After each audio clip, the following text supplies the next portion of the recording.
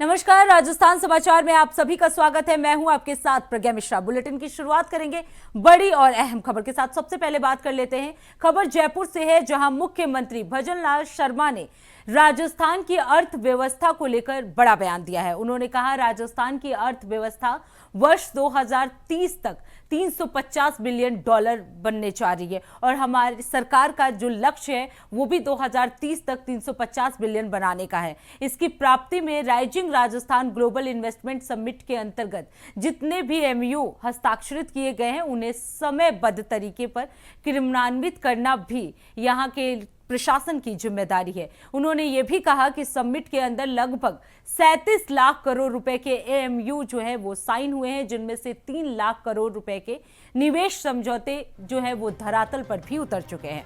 उन्होंने आगे ये भी कहा कि इन निवेशों से औद्योगिक विकास के रथ का पहिया जो है वो तेजी से घूमेगा और हमारे युवाओं को रोजगार के भरपूर अवसर मिलेंगे। इसके साथ ही उन्होंने अधिकारियों को निर्देश भी दिए कि वे संबंधित निवेशकों से निरंतर संवाद यानी बातचीत कर उनकी अपेक्षाओं को पूरी करने की प्रयास करें।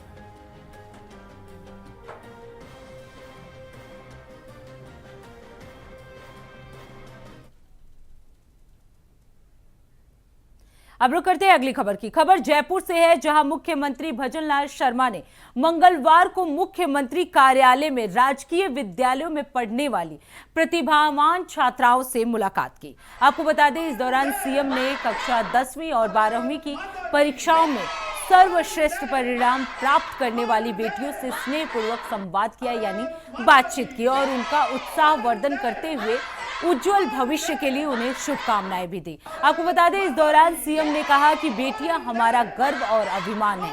बता दें कि इस अवसर पर उदयपुर ग्रामीण विधायक श्री फूल सिंह मीणा भी उपस्थित रहे। मीणा ने मुख्यमंत्री से अपने ग्रामीण अंचल की प्रतिभावान बेटियों का परिचय कराते हुए उनका हौसला भी बढ़ाया। उन्होंने बताया कि अपनी विषम परिस्थितियों में भी अंचल की बेटियों ने दृढ़ इच्छा शक्ति से परीक्षाओं में सफलता हासिल की है।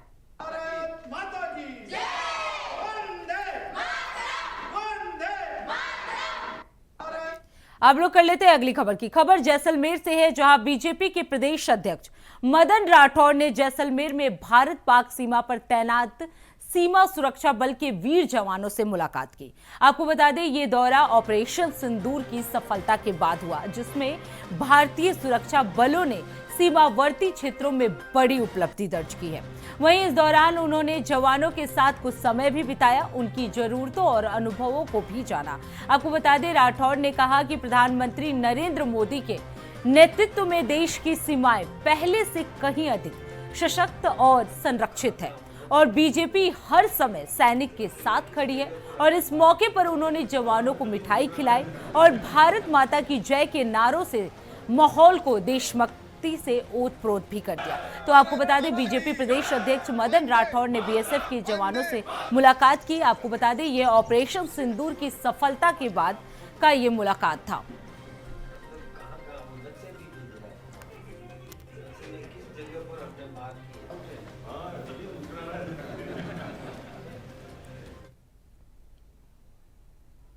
अब रुक करते हैं अगली खबर की। खबर चाकसू से है, जहां भारतीय सैनिकों के सम्मान में एक भव्य तिरंगा रैली का आयोजन किया गया। आपको बता दें, विधायक रामावतार बैरवा के नेतृत्व में निकली इस रैली में सैकड़ों लोगों ने हिस्सा लिया।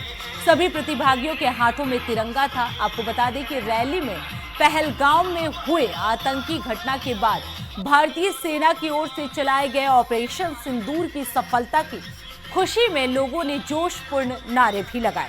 पूरे मार्ग पर भारत माता की जय, हिंदुस्तान जिंदाबाद और देश के शहीद अमर रहे के नारों से माहौल जो था वो देशभक्ति में सराबोर हो गया। आपको बता दें कि तिरंगा रैली का समापन भी श्री ओगढ़ बालाजी मंदिर में हुआ। आपको बता दें, मंदिर परिसर में भारतीय सैनिकों की सुरक्षा और विजय के लिए सामूहिक हनुमान चालीसा का भी पाठ किया गया। इस दौरान विधायक रामावतार बैरवा ने बताया कि बीजेपी कार्यकर्ताओं और क्षेत्रवासियों की भागीदारी से ये रैली जो है वो सफल रही। उन्होंने आगे ये भी कहा कि ये आयोजन भारतीय सैनिकों के साहस, शौर्य को सम्मान देने का प्रतीक भी है। तो आपको बता दें, भारतीय सैनिकों के सम्मान में ये तिरंगा रैली जो है वो निकाली गई थी।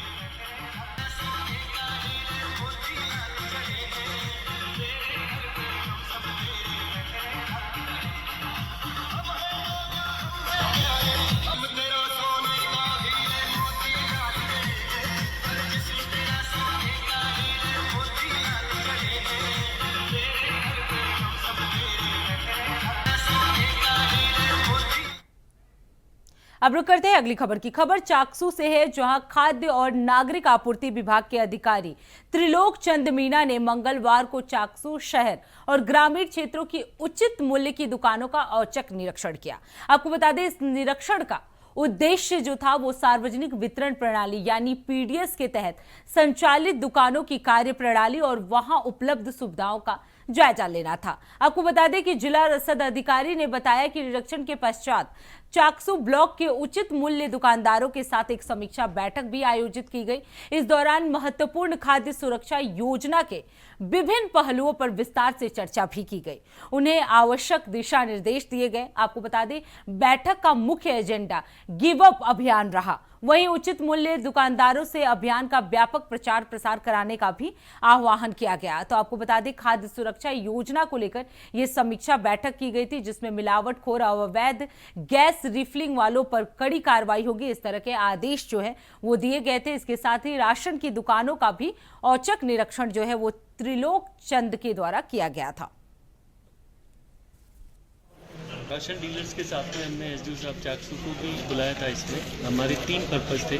वर्ष 2022 के एनएफएसए के जितने भी आवेदन हैं उनको, 2025 के एनएफएसए के एप्लीकेशंस को क्लियर करना। तीसरा जो सबसे प्रमुख कार्य था वो था गिव अप अभियान, जो कि राज्य सरकार की प्राथमिकता का प्राप्त कार्यक्रम है। इसके अंतर्गत हमने अपील करी है लोगों से, 1 नवंबर 2024 से कार्यक्रम चल रहा है। हमने अपील करी है लोगों से कि जो अपात्र लोग हैं, जो निष्कासन की श्रेणी में हैं, जैसे जिनके पास चौपहिया वाहन है या 1 लाख से अधिक जिनकी पारिवारिक आय है या जो इनकम टैक्स देते हैं या 2000 स्क्वायर फीट से ज़्यादा मकान है, तो ऐसे लोग स्वेच्छा से यदि छोड़ें तो हम पात्र लोगों को और एनएफएसए की श्रेणी में ला करके उनको लाभ पहुंचा सकेंगे। राज्य सरकार का स्पष्ट रूप से मानना है कि आज भी कई पात्र ऐसे हैं जिनको वास्तव में हम लाभ नहीं दे पाए हैं। राज्य सरकार प्रतिबद्ध है कि हम ऐसे लोगों को ढूंढें और ऐसे लोगों को एनएफएसए की श्रेणी में लाभ दिलाया जाकर सुनिश्चित करें कि कोई भी व्यक्ति भूखा नहीं सोए। यही हमारा मुख्य उद्देश्य है गिव अप का, कि पात्र व्यक्तियों को एनएफएसए का लाभ मिले और अपात्र व्यक्तियों को गिव अप करवा करके हम स्वेच्छा से उनको एनएफएसए में जो उनको सुविधा प्राप्त हो रही है उसको त्याग करने के लिए प्रेरित करें। चाकसू की ठीक है व्यवस्था है। चाकसू के कई डीलर्स ने बहुत अच्छा काम किया है। बाकी सभी डीलर्स को हमने मोटिवेट किया है। सभी डीलर्स को हमने ये कहा है कि वो सभी लोगों को प्रेरित करेंगे इस चीज़ के लिए। निष्कासन की श्रेणी जो मुख्य रूप से हमने बताई है उस श्रेणी पे काम करेंगे और उम्मीद है कि हम कुछ अच्छा कर सकेंगे। इसमें भी सामने आई, इन्होंने मुझे बताई है, ट्रांसपोर्टर से रिलेटेड समस्याएं हैं, गेहूँ समय पर नहीं पहुँचने की समस्याएं, इनकी कमीशन की समस्याएं हैं या इनको जो पलदारी जो मिलती है उसके बारे में भी इन्होंने मुझे ज्ञापन दिया है, तो उस ज्ञापन पे कार्रवाई करेंगे। मैसेज यही है, सभी से, आम जन से मैं अपील करना चाहूँगा, हमारे जो राशन डीलर हैं वो राज्य सरकार की एक महत्वपूर्ण कड़ी है। अब लोग कर लेते हैं अगली खबर की। खबर जयपुर से है, जहां सीएम भजन लाल ने 2025-26 की बजट घोषणाओं के क्रियान्वयन के संबंध में आयोजित समीक्षा बैठक को संबोधित किया। इस संबोधन के दौरान उन्होंने कहा कि बजट की प्रत्येक घोषणा को पूरा करने के लिए अधिकारी टाइमलाइन बनाते हुए काम करें। अधिकारी उसी तय सीमा में काम को पूरा करना सुनिश्चित करें जो टाइम उन्हें दिया गया है। उन्होंने आगे कहा कि हमारी सरकार ने 2047 तक विकसित राजस्थान के संकल्प को ध्यान में रखते हुए अपने प्रत्येक बजट में राज्य के चहुमुखी विकास के लिए विभिन्न प्रावधान किए हैं। हम प्रदेश के युवाओं को रोजगार के पर्याप्त अवसर देते हुए उन्हें आत्मनिर्भर, सशक्त और खुशहाल बनाने के लिए निरंतर काम कर रहे हैं। आपको बता दें, इस दौरान मुख्यमंत्री ने यह भी कहा कि हमारी सरकार की सर्वोच्च प्राथमिकता जो है वो राज्य के युवाओं को रोजगार मिले। इस दिशा में लगभग 1,88,000 सरकारी पदों पर भर्तियां जो है वो प्रक्रियाधीन है। उन्होंने आगे कहा कि राज्य सरकार प्रदेश के दूरस्थ क्षेत्रों में जन कल्याणकारी योजनाओं की सुलभ और गुणवत्तापूर्ण पहुंच जो है वो सुनिश्चित कर रही है। इसी क्रम में शीघ्र ही वन विभाग में विभिन्न कार्मिकों, पटवारी, स्कूल शिक्षकों तथा कांस्टेबल के पदों पर भी जो है वो भर्ती की जाएगी। आपको बता दें, कार्मिक विभाग द्वारा इस संबंध में अग्रिम यानी आगे की कार्रवाई जो है वो प्रारंभ की जा चुकी है। तो सीएम भजन लाल ने बजट घोषणाओं को लेकर की बैठक की थी। अब रुक करते हैं अगली खबर की। मध्य प्रदेश के मंत्री द्वारा टिप्पणी को लेकर राजस्थान के पूर्व डिप्टी सीएम सचिन पायलट ने मीडिया से रूबरू होते हुए कहा कि हमारे दोनों बहादुर योद्धा कर्नल कुरैशी और विंग कमांडर व्योमिका सिंह ने कुछ दिन पहले जो देश को सेना के ऑपरेशन के बारे में जिस कुशलता से जानकारी दी, उसके लिए हम सबको भारतीय होने पर फक्र है। उन्होंने कहा कि जिस तरह मध्य प्रदेश के मंत्री ने टिप्पणी की है, उसके बाद उनको मंत्रिमंडल में रहने का अधिकार नहीं है। बीजेपी के शीर्ष नेतृत्व को माफी मांगनी चाहिए। हमारी वीर कर्नल कुरैशी जिनकी तीसरी पीढ़ी फौज में काम कर रही है, उनके प्रति जो अनादर दिखाया गया है वो बिल्कुल अस्वीकार्य है। साथ ही उन्होंने कहा कि अमेरिकी राष्ट्रपति डोनाल्ड ट्रंप ने एक बार फिर यानी कल सऊदी अरब में भी फिर से सीज फायर को लेकर जिक्र किया है। अमेरिकी राष्ट्रपति व्यापार वाला बयान बार बार क्यों दे रहे हैं, इसको लेकर उसका सीधे तौर पर सरकार से खंडन क्यों नहीं किया। उनका ये सवाल जो है वो सीधे तौर पर सरकार से है। उन्होंने कहा कि ट्रंप ने दोनों देशों के बीच शांति बढ़ाने को लेकर बात कही है। उन्होंने आतंकवाद को लेकर एक शब्द भी नहीं कहा। जो पाकिस्तान आतंकवाद को पाल रहा है उस पर उन्होंने एक शब्द भी नहीं कहा। ट्रंप भारत और पाकिस्तान को एक तराजू में तौल रहे हैं, जो ठीक नहीं है। जिस भारत की तुलना चीन से होती थी, भारत की तुलना कभी भी पाकिस्तान से नहीं हो सकी। आश्चर्य की बात है ट्रंप कश्मीर मसले को बीच में ले आए और सरकार को इन तमाम सवालों का जवाब देना चाहिए। तो आपको बता दें, सचिन पायलट ने ये सवाल जो है वो सरकार से किया है। उन्होंने कहा है कि पीओके को हमें वापस लेना चाहिए, ये प्रस्ताव संसद में दोबारा पारित किया जाना चाहिए। इसके साथ ही उन्होंने कहा 1994 में पारित इस प्रस्ताव को अब दोबारा से पारित करने का मौका मिला है और पीओके का भारत का अभिन्न अंग है। सरकार से मांग है कि चर्चा के लिए विशेष सत्र जो है वो बुलाया जाए।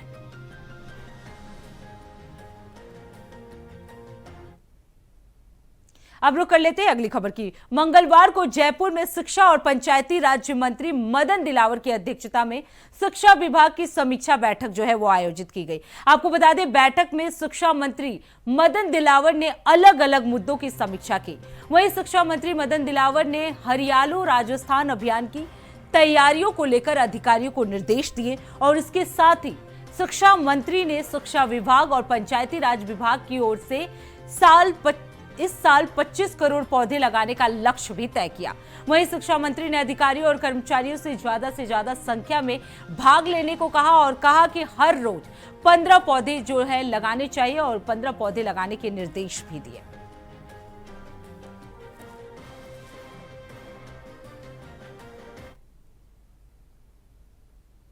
अब रुक करते हैं अगली खबर की। पाकिस्तान ने अपने मोबाइल टावरों की सिग्नल रेंज को जो है वो बढ़ा दिया है, जिसकी वजह से अब भारत की सीमा से लगे राजस्थान के करीब 10 जिले सेंसिटिव यानी संवेदनशील घोषित किए गए हैं।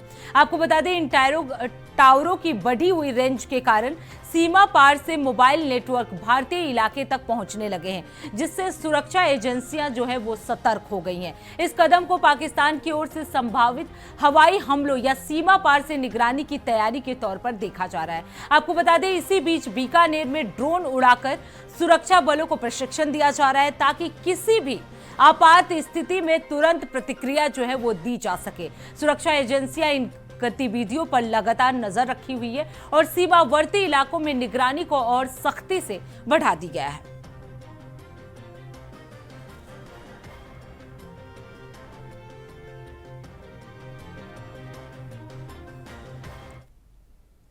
अब रुक करते हैं अगली खबर की। खबर जोधपुर से है, जहां अवैध बांग्लादेशी घुसपैठियों को देश से बाहर करने की कवायद राजस्थान के 17 जिलों में करीब 1008 संदिग्ध बांग्लादेशियों को डिटेन किया गया है। सभी संदिग्ध बांग्लादेशियों के दस्तावेजों की जांच जो है की जा रही है। सभी जिलों में पकड़े गए अवैध बांग्लादेशी घुसपैठियों को जोधपुर लाया गया। आपको बता दें, जोधपुर से हवाई मार्ग के जरिए पश्चिम बंगाल उन्हें भेजा जाएगा। पश्चिम बंगाल से बांग्लादेश उन्हें डिपोर्ट कर दिया जाएगा। आपको बता दें, जोधपुर के ग्राम विकास अधिकारी ट्रेनिंग सेंटर को डिटेंशन सेंटर जो है वो बना दिया गया है।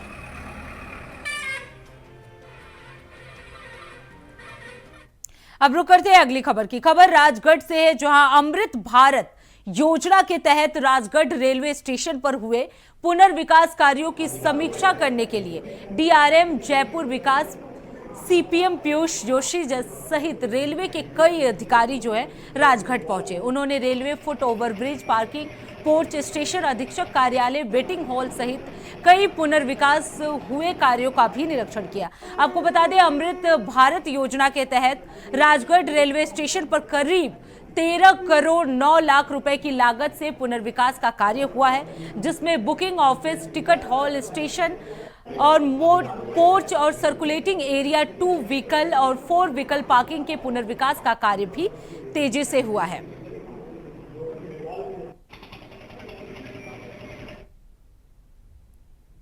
अब रुक करते हैं अगली खबर की। खबर बीकानेर से है, जहां बीएसएफ बॉर्डर इलाकों में जवानों को ड्रोन चलाने और उसे रोकने की ट्रेनिंग दी जा रही है। आपको बता दें, अधिकारी जवानों को समझा रहे हैं कि ड्रोन कैसे उड़ते हैं और दुश्मन के ड्रोन को कैसे रोका जा सकता है।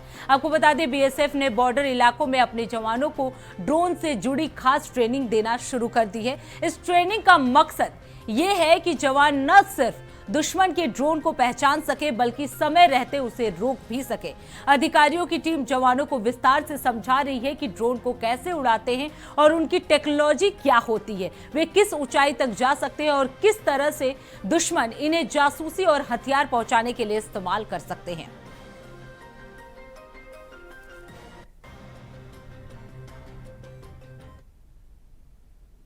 खबर जयपुर से है, जहां एयरपोर्ट पर 4 फ्लाइट्स जो है वो रद्द कर दी हैं। आपको बता दें, सीज फायर के बावजूद चंडीगढ़ की फ्लाइट शुरू नहीं हो सकी। पुणे की फ्लाइट संचालन संबंधी कारणों से रद्द हुई और अब जयपुर एयरपोर्ट पर यात्रियों को एक बार फिर परेशानी का सामना करना पड़ रहा है, क्योंकि कुल 4 फ्लाइट्स जो है वो रद्द कर दी गई हैं। इनमें से एक फ्लाइट चंडीगढ़ के लिए थी, जो भारत पाक सीज फायर के बाद अब तक शुरू नहीं हो पाई है। यात्रियों को उम्मीद थी कि हालात सामान्य होने पर यह सेवा बहाल हो जाएगी, लेकिन ऐसा नहीं हुआ।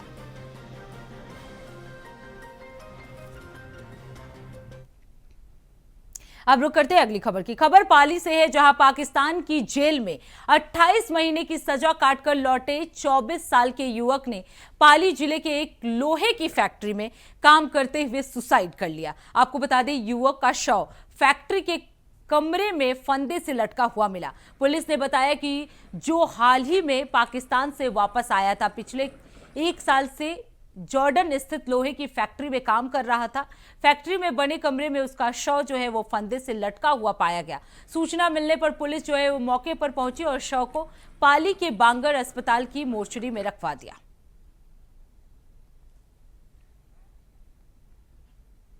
अब रुक करते हैं अगली खबर की। खबर डींग से है, जहां कुम्हेर विधायक डॉक्टर शैलेश सिंह रेंजर देवेंद्र चौधरी के घर पहुंचे, जहां उन्होंने शोकाकुल परिजनों को ढांढस बंधाया। इस दौरान जिला कलेक्टर भी जो है वो मौजूद रहे। आपको बता दें, सवाई माधोपुर के रणथंबौर में डिंग के रहने वाले रेंजर देवेंद्र चौधरी पर हमला कर दिया गया था। गांव नारायणा कट्टा के देवेंद्र सिंह की मौके पर ही मौत हो गई, जिसके बाद दुख के इस घड़ी में शोकाकुल परिजनों को शोक संवेदना प्रकट करने के लिए जल संसाधन मंत्री फॉरेस्ट रेंजर देवेंद्र चौधरी के पैतृक गांव पहुंचे और उन्होंने वहां पे शोक व्यक्त किया।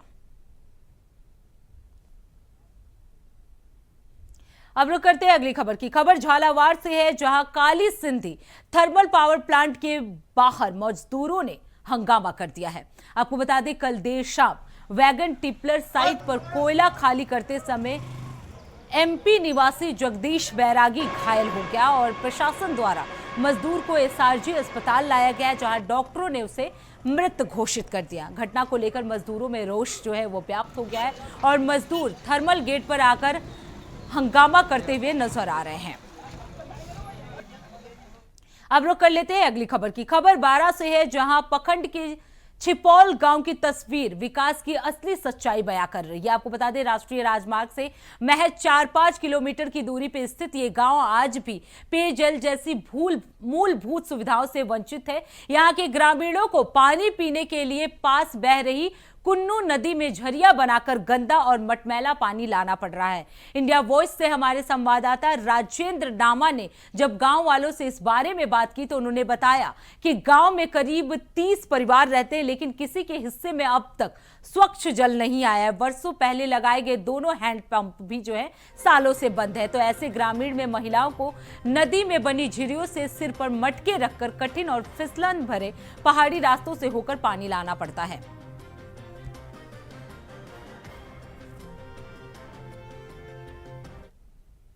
अब रुक करते हैं अगली खबर की। खबर 12 से है, जहां एक दर्दनाक सड़क हादसा हो गया। आपको बता दें, रामगढ़ जाने वाली सड़क पर बड़ोदिया तिहारे पर एक डंपर ने मोटरसाइकिल सवार 3 युवकों को कुचल दिया। इस हादसे में 2 युवकों की मौके पर ही मौत हो गई, जबकि एक गंभीर रूप से घायल हो गया है। आपको बता दें, हादसा उस समय हुआ जब 3 युवक मोटरसाइकिल से बड़ोदिया की ओर जा रहे थे। जैसे ही बड़ोदिया तिराहे के पास पहुंचे, तेज रफ्तार डंपर ने उनकी बाइक को जोरदार टक्कर मार दी और टक्कर इतनी भीषण थी कि मौके पर ही 2 लोगों की मौत हो गई।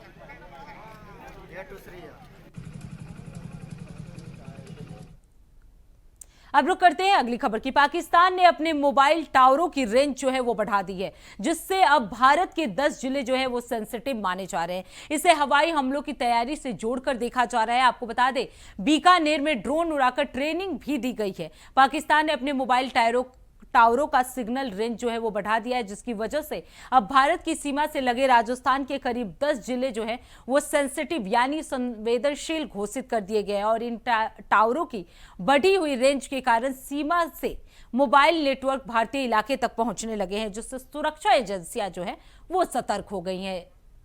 तो आपको बता दें, सुरक्षा एजेंसियां जो है इसे लेकर सतर्क हो गई हैं।